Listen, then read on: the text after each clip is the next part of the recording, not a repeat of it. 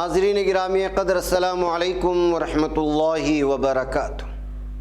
میں ہوں آپ کا میزبان انصار عزیز ندوی، اور آپ اس وقت سیدھی بات چینل کے جاری پروگرام پیغام فرقان کی 142ویں قسط ملاحظہ فرما رہے ہیں۔ ناظرین گرامی، سورہ بقرہ کے آج ہم ایک آیت یعنی آیت نمبر 165 کی تفسیر پیش کریں گے۔ آئیے آیت کی تلاوت کر لیتے ہیں۔ اعوذ باللہ من الشیطان الرجیم، بسم اللہ الرحمن الرحیم۔ ومن الناس من يتخذ من دون اللہ اندادا يحبونهم كحب اللہ والذین آمنوا اشد حبا للہ ولو يرى الذین ظلموا اذ يرون العذاب ان القوة للہ جميعا وان اللہ شدید العذاب۔ اور لوگوں میں سے کچھ لوگ ایسے بھی ہیں جو اللہ کے سوا دوسروں کو اس کا شریک و ہمسر ٹھہراتے ہیں اور ان سے محبت رکھتے ہیں جیسی کہ اللہ سے رکھنی چاہیے، اور ایمان والے سب سے زیادہ اللہ سے محبت رکھنے والے ہیں۔ کاش وہ لوگ جنہوں نے شرک کر کے اپنے اوپر ظلم کیا اس حقیقت کو آج اس دنیا میں دیکھ لیتے، جسے وہ اس وقت دیکھیں گے جب عذاب ان کے سامنے ہوگا، تو انہیں پتہ چلے گا کہ قوت تمام تر اللہ کے لیے ہے اور اللہ بہت سخت عذاب دینے والا ہے۔ ناظرین، اب ہم آیت کے ایک ایک جز کو لے کر غور و فکر کرتے ہیں۔ وَمِنَ النَّاسِ مَن يَتَّخِذُ مِن دُونِ اللَّهِ أَندَادًا، اور لوگوں میں سے ہیں جو بناتے ہیں شریک اللہ تعالیٰ کو چھوڑ کر، اور لوگوں میں سے جو بناتے ہیں یا پکڑتے ہیں سوائے اللہ کے دوسروں کو، یا اللہ تعالیٰ کو چھوڑ کر دوسروں کو معبود بناتے ہیں یا اللہ کا شریک بناتے ہیں۔ یہ ہے آیت کے اس حصے کا خلاصہ۔ پھر کہا گیا یحبونہم کحب اللہ، وہ ان سے محبت رکھتے ہیں جیسی کہ اللہ سے رکھنی چاہیے۔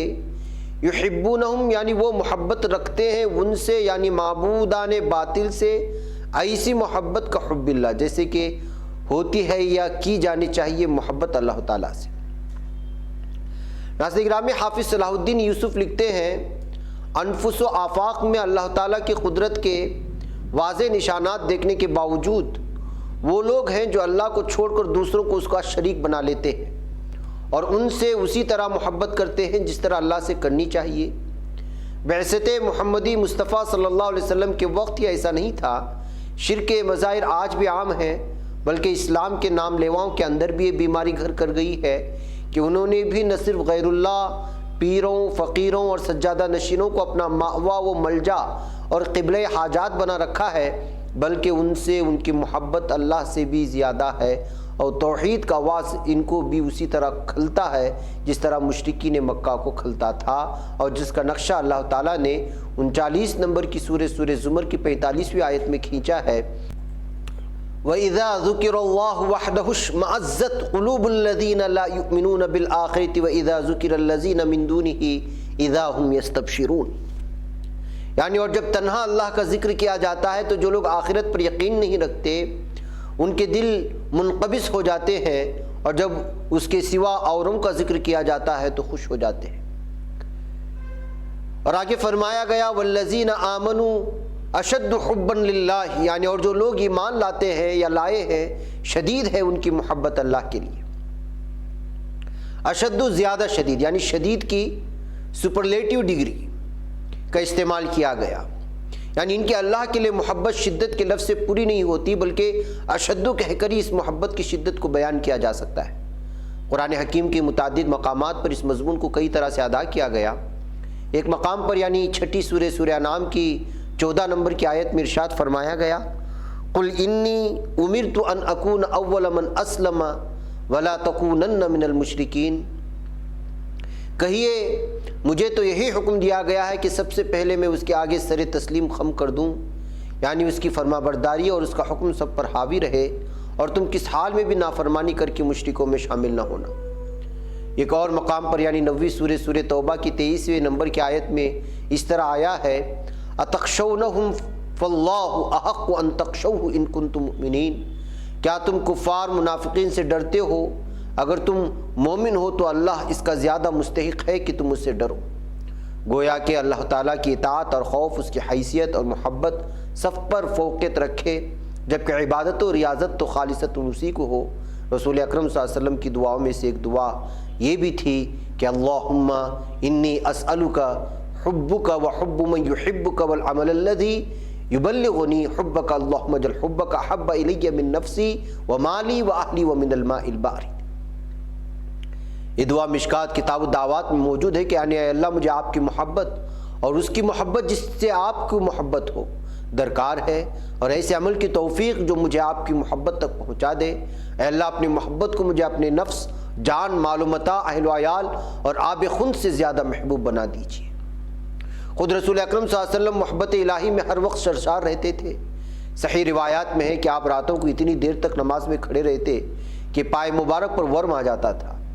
یہ دیکھ کر بعض صحابہ نے عرض کیا کرتے تھے کہ اللہ کے رسول اکرم صلی اللہ علیہ وسلم آپ کی تو مغفرت اللہ کر چکا ہے، پھر آپ یہ زحمت کیوں اٹھاتے ہیں؟ جواب یوں ملتا، افلا اکون عبدا شکورا، یعنی کیا میں شکر گزار بندہ نہ بنوں؟ پھر یہ بھی آتا ہے کہ اگر کسی وقت کاشان نبوت میں ازواج مطہرات کے ساتھ محو گفتگو ہوتے اور جو ہی مؤذن کی صدائے دل نواز گوش مبارک میں پڑتی، سب کچھ چھوڑ چھاڑ کر مسجد کی طرف روانہ ہو جاتے، اور ازواج مطہرات کا بیان ہے کہ یوں محسوس ہوتا گویا ہم سے جان پہچان جاتی رہی ہے۔ بلا شبہ آپ صلی اللہ علیہ وسلم کی حیات طیبہ والذین آمنوا اشد حبا للہ، اور ایمان والے سب سے زیادہ اللہ سے محبت رکھنے والے ہیں کی جیتی جاگتی تصویر تھی۔